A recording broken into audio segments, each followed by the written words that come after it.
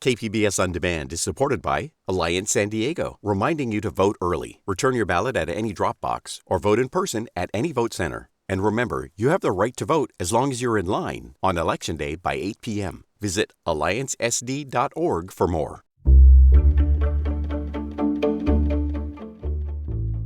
Good morning, I'm Lawrence K. Jackson. It's Tuesday, May 2nd. New CalFresh work requirements are now in effect. More on that next, but first, let's do the headlines.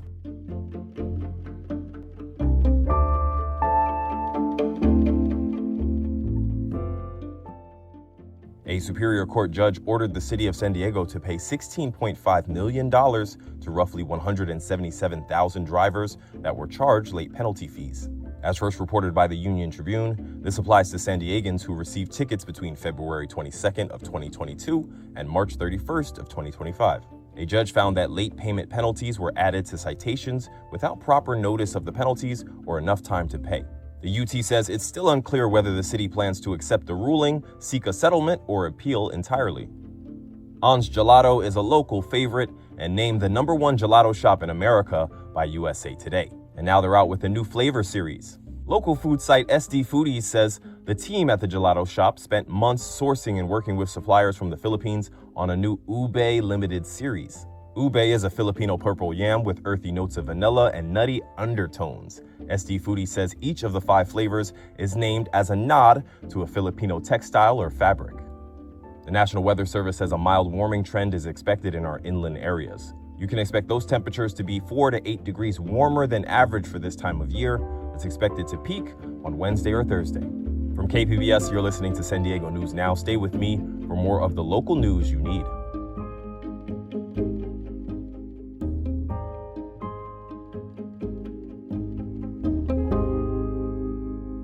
KPBS On Demand is supported by the San Diego County Toyota dealers, offering a new 2025 lineup of vehicles at your local Toyota dealer, including a new Tacoma with turbocharged 4-cylinder engines and a hybrid powertrain option. The San Diego County Toyota dealers. We make it easy.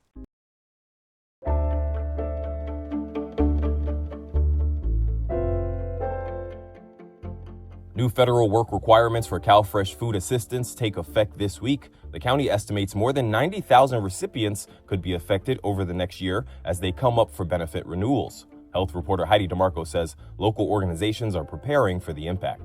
New federal rules will require many adults 18 to 64 receiving CalFresh to show they worked, volunteered, or attended job training at least 80 hours a month. Amy Ellitz is the director of programs at the San Diego Food Bank. She says the food bank is bracing for the increased demand. We serve, on average, over 400,000 a month already. So that's looking at almost a 25% increase. Ellitz says people experiencing homelessness, veterans, and individuals with unstable work schedules could face the biggest challenges meeting the new requirements. As we start to see folks roll off some of these benefits, we're not entirely sure what that's going to look like 2-3 months from now. To help residents navigate the changes, the county and 211 San Diego launched a new website. Residents can find more information about the new requirements and qualifying activities at 211sandiego.org/work. Heidi DeMarco, KPBS News. A pipeline that collapsed late last week in Tijuana is sending millions of gallons of sewage into the Tijuana River. Environment reporter Tammy Murga says that has led to worsening sewage odors near where people live and work.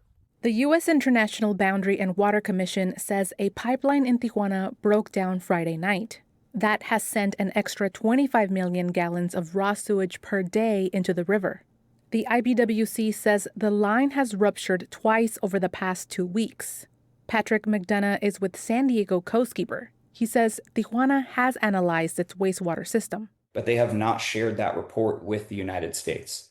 McDonough is working on getting Mexico to release the report. We just want the full, complete picture of what the status of the problem is, and also then how the Mexican federal government and its respective agencies could solve these issues. Mexican officials say they expect emergency repairs to take several days. Tammy Murga, KPBS News.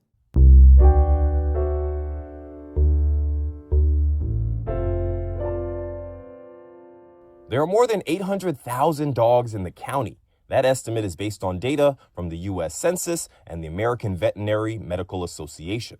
But as the cost of living rises, so does the cost of keeping pets healthy. As part of our series, The Price of San Diego, health reporter Heidi DeMarco looks at the growing price of pet care. Hey, Cerulean. Hi, lovey. When Tabitha Babcock brought home her Newfoundland puppy, Cerulean, she thought she was starting a new chapter. The color blue. It was my favorite Crayola crayon when I was little. But just a week later, everything changed. He was really sick and he had to go to the ER. Basically was set on blood transfusions and glucose strips. It was really sad and life-threatening. The emergency visit came with a steep price tag, about $4,000. And at just 9 weeks old, Babcock says she was forced into a heartbreaking decision. She signed a do not resuscitate order. I signed it because it was like as much as my savings as I had. And I was like, I just can't, especially when like there was no hope really. She says the vet didn't expect him to survive the night. Dug a little grave for him in my backyard and just laid on the floor with him and was like, you know, buddy, can you please like fight as hard as you can? And Cerulean did. Now 7 years old and weighing about 150 pounds, Cerulean is still by her side, a calm, gentle giant. It was such a miracle. So that was how we started our journey together. Little trauma bonding. After weeks of treatment, antibiotics, and follow-up care, he slowly recovered, but the financial impact lingered. We lost that whole cushion, so then it was like everything else we had to buy, continuing on for those multiple months, whether that be medication or special food, was a stressor, like for me, for sure. It probably took a year to feel comfortable in life again.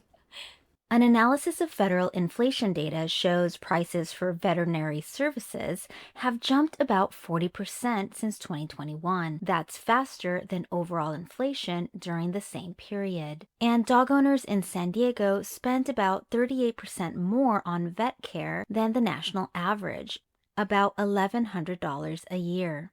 The price increases are especially notable for preventative care. In 2021, dog dental cleanings in San Diego were estimated around $320.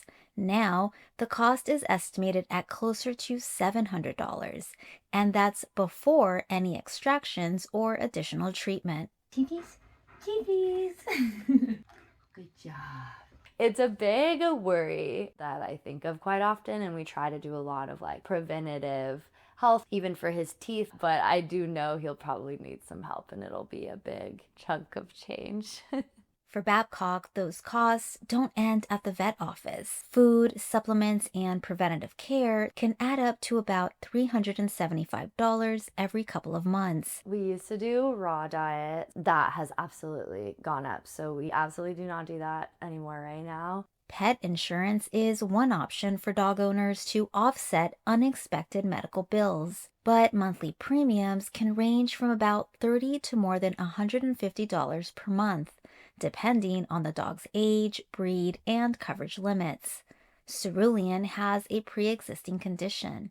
Babcock says it makes finding useful insurance coverage more complicated. I had, all the comparison charts, all the insurances, what would work best. And so ultimately it wasn't going to help me at that point. Now, as Cerulean gets older, she's reconsidering it. We've paid out of pocket since then. He's not had any major health issues, so we're just, praying and hoping that it continues that way. Across San Diego County, dog owners say they are feeling similar pressure as the cost of living rises. Some say they delay or decline care because of cost. Others say they cut spending elsewhere just to keep up with pet expenses. For Babcock, the rising cost of caring for Cerulean has also forced bigger questions. I think a big worry is would I have to move in order to afford a comfortable lifestyle, because it is so high in San Diego. Still, she says the bond she shares with Cerulean makes the financial strain worth it. He brings me a ton of comfort, a ton of peace. I'd sell all my furniture before he's not going to be taken care of. Heidi DeMarco, KPBS News.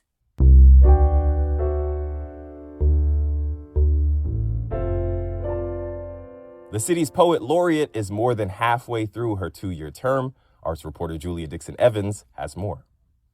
When Paola Capo Garcia began her term as poet laureate in January 2025, she knew it would be a roller coaster. But I didn't expect it to be quite as intense as it has been, which is a beautiful thing, right? That a lot of places in San Diego want to do poetry events. She also continues to work full-time as an educator. Being poet laureate comes with a stipend, but she says it's just enough to cover the costs of her signature project, Apertura. The word means opening. Because it is an opening, it's an invitation to people to experience poetry in a different way and to open themselves up more to the possibilities of poetry. Apertura includes a video poem exhibit and 3 poetry zines featuring youth, Latino and Filipino communities, and people impacted by the justice system. Ultimately, Capo Garcia says she's found this year of civic poetry to be a kind of proof for her mission. It has affirmed to me, or confirmed really, my suspicion that a lot of people want and need poetry in the city, and that I do think that it is for everyone. Poetry submissions for Apertura are due August 1st. Julia Dixon-Evans, KPBS News. Digital Gym Cinema is joining a global film festival to offer counter-programming to summer fun. Cinema Junkie Beth Accomando is excited about a week-long film series catering to her dark side, Bleak Week, Cinema of Despair. LA's renowned American Cinematheque has expanded its Bleak Week Cinema of Despair to nearly 100 theaters across the United States and around the world, creating a global film festival that explores nihilism, existential fear, and the dark side of humanity. This is not for the faint-hearted, and obviously not for everyone. But if you're like me and love films that embrace the darkness with fearless artistry and sometimes breathtaking beauty, then this is the festival for us. Glenn Heath Jr., Artistic Director of Digital Gym Cinema, kicks off the festival on Friday with Andrzej Wajda's 1957 Polish film Kanal about the Warsaw Uprising. Heath says his selections reflect a year of war and the world's current descent into madness and self-destruction, while also highlighting our collective resilience. Kanal is part of Wajda's stunning war trilogy. Other highlights include Nicholas Roeg's horror masterpiece Don't Look Now and Mads Mikkelsen's feature acting debut in Pusher. Bleak Week runs from Friday through June 11th. The themes may be bleak, but the filmmaking's exhilarating. Beth Accomando, KPBS News. That's it for the podcast today. The podcast is edited by Brooke Ruth and hosted and produced by me, Lawrence K. Jackson. As always, you can find more San Diego news online at kpbs.org. Thanks for listening and have a great day.